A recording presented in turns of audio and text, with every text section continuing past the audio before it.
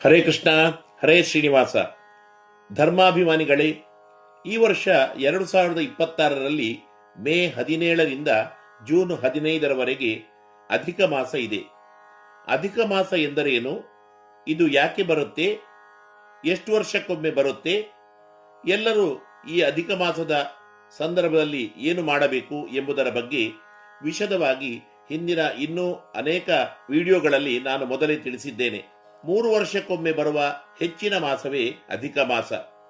ಸಾಮಾನ್ಯವಾಗಿ ಪೂರ್ಣ ವರ್ಷದಲ್ಲಿ ಬರುವ 12 ಪ್ರತ್ಯೇಕ ತಿಂಗಳುಗಳಿಗೆ ಬೇರೆ ಬೇರೆ ಭಗವದ್ರೂಪಗಳು, ಅಭಿಮಾನ ದೇವತೆಗಳು ಇದ್ದರೆ, 3 ವರ್ಷಕ್ಕೊಮ್ಮೆ ಬರುವ ವರ್ಷದ ಹೆಚ್ಚಿನ ತಿಂಗಳು ಅಂದರೆ 13ನೇ ತಿಂಗಳು ಎಂದೆನಿಸಿದ, ಆದ್ದರಿಂದಲೇ ತ್ಯಾಜ್ಯ ಮಾಸ, ಮಲಮಾಸ ಎಂದು ಕರೆಸಿಕೊಳ್ಳುವ ಈ ಮಾಸಕ್ಕೆ ಸಾಕ್ಷಾತ್ ಭಗವಂತನಾದ ಆ ಮಹಾವಿಷ್ಣುವೇ ಪುರುಷೋತ್ತಮ ರೂಪಿಯಾಗಿ ಅಭಿಮಾನಿ ದೇವತೆಯಾಗಿದ್ದು, ತನ್ನನ್ನ ಸದಾ ಸ್ಮರಿಸುವ, ಧ್ಯಾನಿಸುವ, ಕೀರ್ತಿಸುವ ಸದ್ಭಕ್ತರಿಗೆ ವಿಶೇಷ ಅನುಗ್ರಹವನ್ನ ನೀಡುವ ವಿಶೇಷ ತಿಂಗಳಾಗಿದೆ.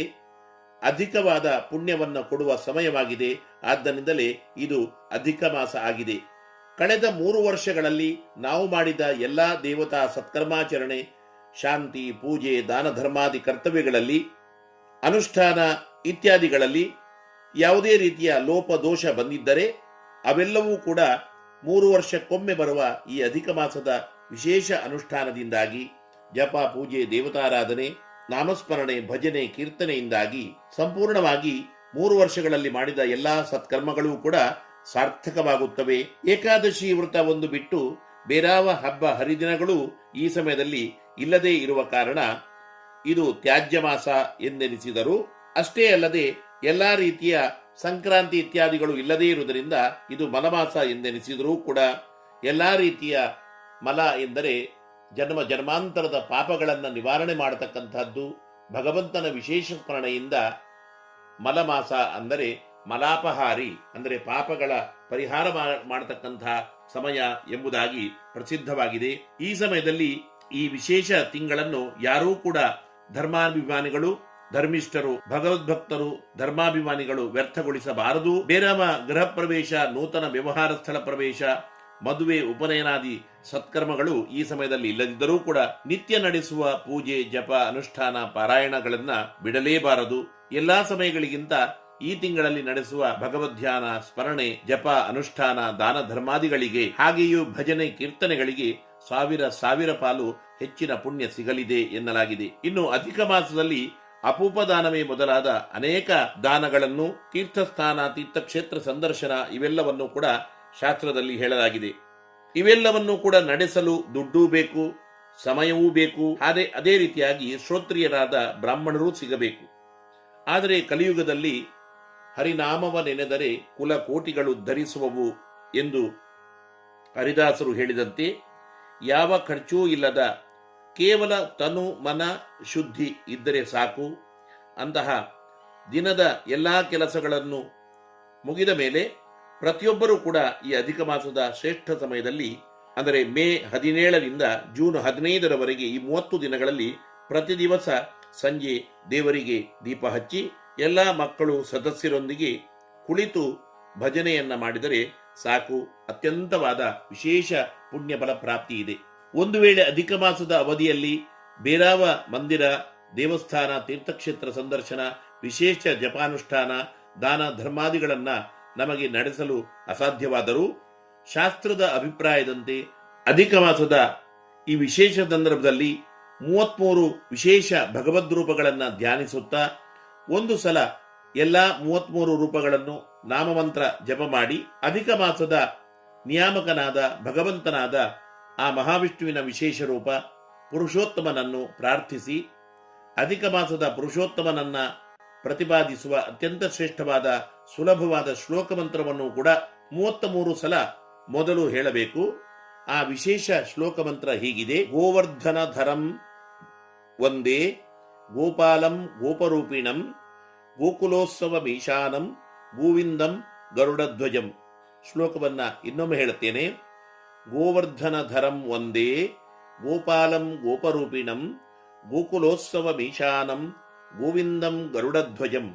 ಈ ಶ್ಲೋಕ ಮಂತ್ರವನ್ನ 33 ಸಲ ಹೇಳಿದ ನಂತರ ಶ್ರೀ ಪುರುಷೋತ್ತಮಾಯ ನಮಃ, ಶ್ರೀ ಪುರುಷೋತ್ತಮಾಯ ನಮಃ ಎಂಬುದಾಗಿ 33 ನಾಮಮಂತ್ರವನ್ನು ಕೂಡ ಹೇಳಿದ ಮೇಲೆ ಎಲ್ಲರೂ ಸೇರಿ ಭಜನೆಯನ್ನ ಪ್ರಾರಂಭಿಸಬೇಕು. ಅಧಿಕ ಮಾಸದಲ್ಲಿ ನಡೆಸುವ ಭಜನೆಯ ಬಗ್ಗೆ ಈಗ 3-4 ದಿನಗಳ ನಂತರ ತಾವು ಹೇಳುತ್ತಿದ್ದೀರಿ ಎಂದರೆ, ಹಿಂದೆಯೇ ನನ್ನ ಅಧಿಕ ಮಾಸದ ವಿಡಿಯೋ ಸಂದೇಶದಲ್ಲಿ 33 ಭಜನೆಗಳನ್ನ ಪ್ರತಿ ದಿವಸ ತಾವು ನಡೆಸಬೇಕು ಎಂದು ತಿಳಿಸಿದ್ದೆ. ಇದೇ ಭಗವಂತನ ಅತ್ಯಂತ ಪ್ರಿಯವಾದ ಕಾರ್ಯ, ಸುಲಭವಾಗಿ ಎಲ್ಲಾ ರೀತಿಯ ಪುಣ್ಯ ಶ್ರೇಯಸ್ಸನ್ನ ಗಳಿಸುವ ವಿಧಾನ ಎಂದು ತಿಳಿಸಿದ್ದೆ. ಇವತ್ತಿನ ಸಂದೇಶದಲ್ಲಿ ಎಲ್ಲ ಬೇರೆ ಜಿಜ್ಞಾಸುಗಳ ಅಪೇಕ್ಷೆಯಂತೆ ಪ್ರತಿ ದಿವಸ ಅಧಿಕ ಮಾಸದಲ್ಲಿ ನಡೆಸಬೇಕಾದ ಭಜನೆಯ ಸಂದರ್ಭದಲ್ಲಿ ಹೇಳುವ 33 ಭಜನೆಗಳು ಯಾವುವು ಎಂಬುದನ್ನ ನಾನು ವಿಶೇಷವಾಗಿ ಎಲ್ಲರ ಅಪೇಕ್ಷೆಯಂತೆ ತಿಳಿಸ್ತಾ ಇದ್ದೇನೆ.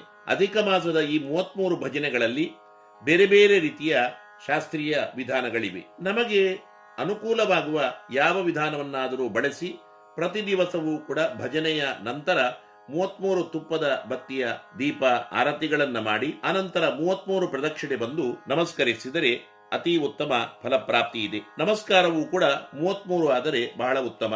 ಪ್ರತಿ ದಿವಸ 33 ಭಜನೆಗಳ ವಿಧಾನವನ್ನ ಈಗ ನಾನು ಹೇಳ್ತಾ ಇದ್ದೇನೆ. ಈಗ ಮೊದಲ ವಿಸ್ತಾರವಾದ ವಿಧಾನ, ಭಜನೆಯ ಪ್ರಾರಂಭದಲ್ಲಿ ಇದು ಪ್ರಾರ್ಥನೆ ಆಗ್ತದೆ. ಶ್ರೀ ಹರಯೇ ನಮಃ, ಶ್ರೀ ಗುರುಭ್ಯೋ ನಮಃ, ಶುಕ್ಲಾಂಬರಧರಂ ವಿಷ್ಣುಂ ಶಶಿವರ್ಣಂ ಚತುರ್ಭುಜಂ ಪ್ರಸನ್ನವದನಂ ಧ್ಯಾಯೇತ್ ಸರ್ವವಿಘ್ನೋಪಶಾಂತಯೇ ಎಂಬ ಶ್ಲೋಕ ಮಂತ್ರ ಹೇಳಿ ಇದು ಪ್ರಾರ್ಥನೆ ಆಗ್ತದೆ. ಇದು ಒಂದು. ಅನಂತರ ಯತಿ ಪರಂಪರೆಯ ಕೀರ್ತನೆ, 12 ಯತಿ ಪರಂಪರೆಯಲ್ಲಿ ಪ್ರಸಿದ್ಧ ಯತಿಗಳಿದ್ದಾರೆ. ಆ ಪ್ರಸಿದ್ಧ ಯತಿಗಳ 12 ಕೀರ್ತನೆಗಳನ್ನ ಮೊದಲು ಹೇಳಬೇಕು.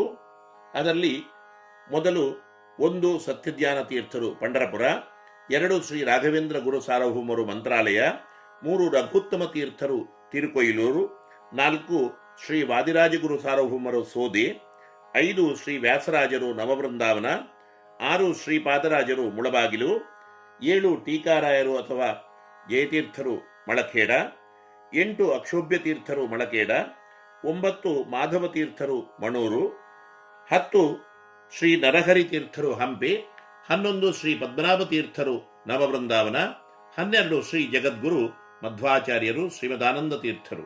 ಹೀಗೆ ಶ್ರೇಷ್ಠ ಯತಿ ಪರಂಪರೆಯಲ್ಲಿ ಬರುವ ಈ ಪ್ರಸಿದ್ಧ ಯತಿಗಳ ಕೀರ್ತನೆ ಗೊತ್ತಿಲ್ಲದಿದ್ದರೆ ನಾಮಸ್ಮರಣೆಯನ್ನು ಮಾಡಿದರೆ ಸಾಕು. ಶ್ರೀ ರಾಘವೇಂದ್ರ ಗುರುಗಳ ಭಜನೆ ಮತ್ತು ರಾಘವೇಂದ್ರ ವಾದಿರಾಜ ಗುರುಗಳ ಭಜನೆ ನಮಗೆ ಗೊತ್ತೇ ಇರ್ತದೆ. ಜಗದ್ಗುರು ಮಧ್ವಾಚಾರ್ಯರ ಭಜನೆ ಎಲ್ಲರಿಗೂ ಗೊತ್ತಿರ್ತದೆ. ಗೊತ್ತಿಲ್ಲದೆ ಇರುವ ಸಂದರ್ಭದಲ್ಲಿ ಶ್ರೀ ಸತ್ಯಧ್ಯಾನ ಗುರುಭ್ಯೋ ನಮಃ, ಶ್ರೀ ರಾಘವೇಂದ್ರ ಗುರುಭ್ಯೋ ನಮಃ, ಶ್ರೀ ರಘುತ್ತಮ ಗುರುಭ್ಯೋ ನಮಃ, ಶ್ರೀ ವಾದಿರಾಜ ಗುರುಭ್ಯೋ ನಮಃ ಹೀಗೆ ನಾಮಮಂತ್ರದ ಸ್ಮರಣೆಯನ್ನು ಮಾತ್ರ ಮಾಡಿದರೆ ಸಾಕು. ಮೊದಲು ಈ ರೀತಿಯಾಗಿ 12 ಭಜನೆಗಳು, ಆನಂತರ ಪ್ರಸಿದ್ಧ ಹರಿದಾಸರ 6 ಕೀರ್ತನೆಗಳನ್ನ ನಾವು ಹೇಳಬಹುದು. 1 ಪ್ರಸನ್ನ ವೆಂಕಟದಾಸರು, 2 ಜಗನ್ನಾಥದಾಸರು, 3 ಗೋಪಾಲದಾಸರು, 4 ವಿಜಯದಾಸರು, 5 ಕನಕದಾಸರು, 6 ಪುರಂದರದಾಸರು. ಹೀಗೆ ಈ 6 ಹರಿದಾಸರ ಪೈಕಿ ಎಲ್ಲರದ್ದೂ ಕೀರ್ತನೆಗಳನ್ನ ನಾವು ಗೊತ್ತಿದ್ದರೆ ಹೇಳಬಹುದು. ಇಲ್ಲದಿದ್ದರೆ ಯತಿ ಪರಂಪರೆಗಳ ನಾಮಸ್ಮರಣೆಯಂತೆ ಶ್ರೀ ಪ್ರಸನ್ನ ವೆಂಕಟದಾಸ ಗುರುಭ್ಯೋ ನಮಃ, ಶ್ರೀ ಜಗನ್ನಾಥದಾಸ ಗುರುಭ್ಯೋ ನಮಃ ಹೀಗೆ ನಾಮಮಂತ್ರವನ್ನ ಮಾತ್ರ ಹೇಳಿ ನಾವು ಮುಗಿಸಬಹುದು. ಯತಿ ಪರಂಪರೆಯಲ್ಲಿ 12, ಹರಿದಾಸ ಪರಂಪರೆಯಲ್ಲಿ 6, ಆರೋಹಣ ತಾರತಮ್ಯ ಪ್ರಕಾರ ಬರತಕ್ಕಂತಹ 15 ಭಜನೆಗಳು. ಹೀಗೆ ಒಟ್ಟು 33 ಭಜನೆಗಳು. ಆರೋಹಣ ತಾರತಮ್ಯದ ಪ್ರಕಾರ ಬರುವ ಈ 15 ಭಜನೆಗಳು ಹೀಗಿವೆ. 1 ಪ್ರಾರ್ಥನೆ, 2 ಗಣಪತಿ ದೇವರದ್ದು. ಗಣಪತಿ ದೇವರದ್ದು ಬಹಳ ಪ್ರಸಿದ್ಧವಾದ ಅನೇಕ ಭಜನೆಗಳಿವೆ. ವಂದಿಪಿನಿನಗೆ ಗಣನಾಥ ಮೊದಲಾದದ್ದು. 3ನೇದು ಪಾರ್ವತೀ ದೇವಿ. ಪಾರ್ವತೀ ದೇವಿ ಪದ್ಯ ಗೊತ್ತಿಲ್ಲದಿದ್ದರೆ ಶ್ರೀ ಪಾರ್ವತೀ ದೇವಿಯೇ ನಮಃ ಎಂದು ಹೇಳಬಹುದು. 4ನೇದು ರುದ್ರದೇವರು, 5ನೇದು ಶೇಷದೇವರು, 6ನೇದು ಗರುಡ ದೇವರು, 7ನೇದು ಭಾರತೀ ದೇವಿ. ಭಾರತೀ ದೇವಿದ್ದು ಶ್ರೀ ಭಾರತೀ ದೇವಿಯೇ ನಮಃ ಎಂಬುದಾಗಿ ಹೇಳಬಹುದು. ಸರಸ್ವತೀ ದೇವಿ 8, 9 ಶ್ರೀ ಮುಖ್ಯಪ್ರಾಣ ದೇವರು. ಅದರಲ್ಲಿ ಮುಖ್ಯಪ್ರಾಣ ದೇವರು, ಹನುಮಂತ ದೇವರು, ಭೀಮಸೇನ ದೇವರು, ಶ್ರೀಮದಾನಂದ ತೀರ್ಥರು ಮಧ್ವಾಚಾರ್ಯರ ಪದ. ಇನ್ನು 10ನೇದು ಚತುರ್ಮುಖ ಬ್ರಹ್ಮದೇವರು, ಶ್ರೀ ಚತುರ್ಮುಖ ಬ್ರಹ್ಮಣೇ ನಮಃ ಎಂಬ ಪ್ರಾರ್ಥನೆ ನಾಮಸ್ಮರಣೆಯನ್ನ ಮಾಡಬಹುದು. 11ನೇದು ಮಹಾಲಕ್ಷ್ಮಿ. ಮಹಾಲಕ್ಷ್ಮಿಯ ಅನೇಕ ಭಜನೆಗಳಿವೆ. 12 ದೇವರನ್ನ ಕರೆಯುವ ಭಜನೆ. ಬಾರಯ್ಯ ಶ್ರೀನಿವಾಸ, ಬಾರೋ ಮನೆಗೆ ಗೋವಿಂದ, ವೆಂಕಟರಮಣನೆ ಬಾರೋ, ಯಾದವನೀ ಬಾ ಯದುಕುಲನಂದನ. ಇನ್ನು 13ನೇದು ದೇವರು ಬಂದ ಎಂಬ ಭಾವನೆ. ಬಂದ ಕೃಷ್ಣ ಚಂದ್ರದಿಂದ, ದೇವಬಂದ ನಮ್ಮ ಸ್ವಾಮಿ ಬಂದ, ಹೀಗೆ ಅನೇಕ ದೇವರು ಬಂದ ಎಂಬ ಭಾವನೆಯ ಭಜನೆಗಳಿವೆ. 14 ಬಂದ ದೇವರಲ್ಲಿ ಅನೇಕ ರೀತಿಯ ಪ್ರಾರ್ಥನೆಯನ್ನು ಮಾಡತಕ್ಕಂಥದ್ದು, ಸ್ತುತಿ ಮಾಡುವ ಕೀರ್ತನೆಗಳು. ಉದಾಹರಣೆಗೆ ಎಂದೆಂದಿಗೂ ನಿನ್ನ ಪಾದವೇ ಗತಿಯೋ, 2ನೇದು ದಾಸನ ಮಾಡಿಕೋ ಎನ್ನ, ತಿರುಪತಿ ವೆಂಕಟರಮಣ, ನರಸಿಂಹ ಪಾಹಿ ನರಸಿಂಹ, 15 ಮಂಗಳಾಚರಣೆ, ಜಯಮಂಗಳಂ ನಿತ್ಯಂ ಶುಭಮಂಗಳಂ. ಹೀಗೆ ಒಟ್ಟಿಗೆ ವಿಸ್ತಾರವಾದ ಮೊದಲನೇ ಪದ್ಧತಿಯಲ್ಲಿ 33 ಭಜನೆಗಳು ಆದವು. ಇನ್ನು ಅಧಿಕ ಮಾಸದ 33 ಭಜನೆಗಳ 2ನೇ ಶಾಸ್ತ್ರೀಯ ವಿಧಾನ, 1 ಪ್ರಾರ್ಥನೆ ಅಂದರೆ ಮಂಗಲಾಚರಣ, 2ನೇದು ಯತಿ ಪರಂಪರೆಯ 1 ಭಜನೆ, 3 ಹರಿದಾಸರ ಪರಂಪರೆಯ 1 ಭಜನೆ, ಇನ್ನು ದೇವತಾ ತಾರತಮ್ಯದ ಒಟ್ಟು ಹಿಂದೆ ಹೇಳಿದ 15 ಭಜನೆಗಳು. ಹೀಗೆ 15 3 18 ಭಜನೆಗಳಾದವು. ಇನ್ನುಳಿದ 15 ಭಜನೆಗಳು ಹರಿದಾಸ ಸಾಹಿತ್ಯದಲ್ಲಿ ಹರಿದಾಸ ಶ್ರೇಷ್ಠರಿಂದಲೇ ರಚಿತವಾದ ಅನೇಕ ಕೀರ್ತನೆಗಳಿವೆ. ಮಾಡು ಸಿಕ್ಕದಲ್ಲ, ಯಾರಿಗೆ ಯಾರುಂಟು ಎರವಿನ ಸಂಸಾರ, ಈಸಬೇಕು ಇದು ಜಯಿಸಬೇಕು, ಆದದ್ದೆಲ್ಲ ಒಳಿತೆ ಆಯಿತು ಇತ್ಯಾದಿ. ಹೀಗೆ 2ನೇ ವಿಧಾನದಿಂದ 33 ಭಜನೆಗಳು ಆಯಿತು. ಇನ್ನು ಸಮಯ ಅವಕಾಶ ಇಲ್ಲದೇ ಇದ್ದಲ್ಲಿ 3ನೇ ಸಂಕ್ಷಿಪ್ತವಾದ ವಿಧಾನ, 1 ಮಂಗಲಾಚರಣೆ, 2ನೇದು ಯತಿ ಪರಂಪರೆಯ 1 ಭಜನೆ, ಹರಿದಾಸ ಪರಂಪರೆಯ ಭಜನೆ 1, 4ನೇದು ದೇವತಾ ಆರೋಹಣ ತಾರತಮ್ಯದ ಪ್ರಕಾರ 15 ಭಜನೆಗಳಲ್ಲಿ ಪ್ರಸಿದ್ಧವಾದ ಗೊತ್ತಿದ್ದನ್ನ ಭಜನೆಗಳನ್ನು ಹೇಳಿ, ಯಾವುದು ಭಜನೆ ನಾವು ಹೇಳುವುದಿಲ್ಲವೋ ಅವರ ಕೇವಲ ನಾಮಸ್ಮರಣೆಯನ್ನ ಮಾತ್ರ ಮಾಡಬೇಕು. 1 ಪ್ರಾರ್ಥನೆ, 2 ಗಣಪತಿ, 3 ಪಾರ್ವತಿ, 4 ರುದ್ರದೇವರು, 5 ಶೇಷದೇವರು, 6 ಗರುಡ ದೇವರು, 7 ಭಾರತೀ ದೇವಿ, 8 ಸರಸ್ವತಿ ದೇವಿ, 9 ಮುಖ್ಯಪ್ರಾಣ ದೇವರು, 10 ಚತುರ್ಮುಖ ಬ್ರಹ್ಮದೇವರು, 11 ಲಕ್ಷ್ಮೀ ದೇವಿ, 12 ದೇವರನ್ನ ಕರೆಯುವುದು, 13 ದೇವರು ಬಂದ ಎಂಬ ಭಾವನೆಯ ಪದ್ಯಗಳು, 14 ಬಂದ ದೇವರಲ್ಲಿ ಪ್ರಾರ್ಥನೆ ಮಾಡುವುದು, ದೇವರ ಮಹಿಮಾಸ್ತುತಿ, 15 ಮಂಗಳಾಚರಣೆ. ಇವುಗಳಲ್ಲಿ ಗಣಪತಿ, ರುದ್ರದೇವರು, ಮುಖ್ಯಪ್ರಾಣ, ಲಕ್ಷ್ಮೀ ದೇವಿ 4 ಭಜನೆ ಮಾತ್ರ ಮಾಡಿ ನೇರವಾಗಿ ದೇವರನ್ನ ಕರೆಯುವ ಭಜನೆ ಹೇಳಬಹುದು. ಉಳಿದ ಎಲ್ಲ ದೇವತೆಗಳ ನಾಮಸ್ಮರಣೆ ಮಾಡಿದರೆ ಸಾಕು. ಉಳಿದ 18 ಲೋಕನೀತಿ, ಜೀವನ ರಹಸ್ಯ, ಆತ್ಮರಹಸ್ಯ ಇರುವ ಅನೇಕ ಪದ್ಯಗಳಿವೆ. ಯಾರಿಗೆ ಯಾರುಂಟು ಎರವಿನ ಸಂಸಾರ, ಹೂವ ತರುವರ ಮನೆಗೆ ಹುಲ್ಲ ತರುವ, ಮುತ್ತು ಕೊಳ್ಳಿರೋ, ಡಂಗುರವ ಸಾರಿ ಹರಿಯ ಎಂಬುದಾಗಿ ಅನೇಕ ಭಜನೆಗಳಿವೆ. ಇವುಗಳನ್ನ ಹೇಳಬಹುದು. ಇನ್ನು ಹೀಗೆ 33 ಭಜನೆಗಳ ವಿಧಾನ ಆಯಿತು. ಇನ್ನು ಕೊನೆಯ 4ನೇ ಅತ್ಯಂತ ಸುಲಭ ಉಪಾಯ, ಯತಿ ಪರಂಪರೆಯ ಹರಿದಾಸ ಪರಂಪರೆಯ ಎಲ್ಲ ಶ್ರೇಷ್ಠ ಮಹಾನುಭಾವರ ನಾಮಸ್ಮರಣೆಯನ್ನು ಮಾತ್ರ ಮಾಡಿ, ಹಾಗೂ ಗಣಪತಿ ಇತ್ಯಾದಿ ಎಲ್ಲ ದೇವತೆಗಳ ನಾಮಸ್ಮರಣೆ ಮಾತ್ರ ಮಾಡಿ, ಅಧಿಕ ಮಾಸದ ಪ್ರಾರಂಭ ದಿನದಿಂದ ಪ್ರತಿ ದಿವಸ ಸಂಜೆ ದೇವರ 1 ಭಜನೆಯನ್ನ ಮಾಡಿ, ಕೊನೆಯ ದಿನ 3 ಭಜನೆ ಮಾಡಿ ಕೃಷ್ಣಾರ್ಪಣ ಮಾಡಬಹುದು. ಹೀಗೂ 30 ದಿನಗಳಲ್ಲಿ 33 ಭಜನೆಯನ್ನ ಹೇಳಿ ಪೂರ್ಣವಾದ ಅಧಿಕ ಮಾಸದ ಭಜನೆಗಳನ್ನ ಭಗವಂತನಿಗೆ ನಾವು ಅರ್ಪಿಸುವ ವಿಧಾನ ಬಹಳ ಉತ್ತಮವಾದದ್ದು. ಭಜನೆ ಆದ ನಂತರ 33 ತುಪ್ಪದ ಆರತಿ, 33 ಭಗವಂತನ ರೂಪಗಳನ್ನು ಎಣಿಸುತ್ತಾ 33 ಪ್ರದಕ್ಷಿಣೆ ಬಂದು 33 ನಮಸ್ಕಾರಗಳನ್ನು ಮಾಡಿದರೆ ಬಹಳ ಉತ್ತಮ. ಕಲಿಯುಗದಲ್ಲಿ ಅತ್ಯಂತ ಶ್ರೇಷ್ಠ ಸಾಧನೆಯ ಮಾರ್ಗವಾದ ಈ ರೀತಿಯಾದ ಶಾಸ್ತ್ರೋಕ್ತವಾದ ತಾರತಮ್ಯ ಭಜನಾ ವಿಧಾನಗಳಿಂದ ಶ್ರೇಷ್ಠವಾದ ಪವಿತ್ರವಾದ ಅಧಿಕ ಮಾಸದ ಸಮಯ ನಮಗೆ ಖಂಡಿತವಾಗಿ ಸಾರ್ಥಕವಾಗುತ್ತದೆ. ಭಗವಂತನ ಆ ಲಕ್ಷ್ಮೀನಾರಾಯಣನ ಪುರುಷೋತ್ತಮನ ವಿಶೇಷ ಅನುಗ್ರಹ ಪ್ರಾಪ್ತಿಯಾಗ್ತದೆ.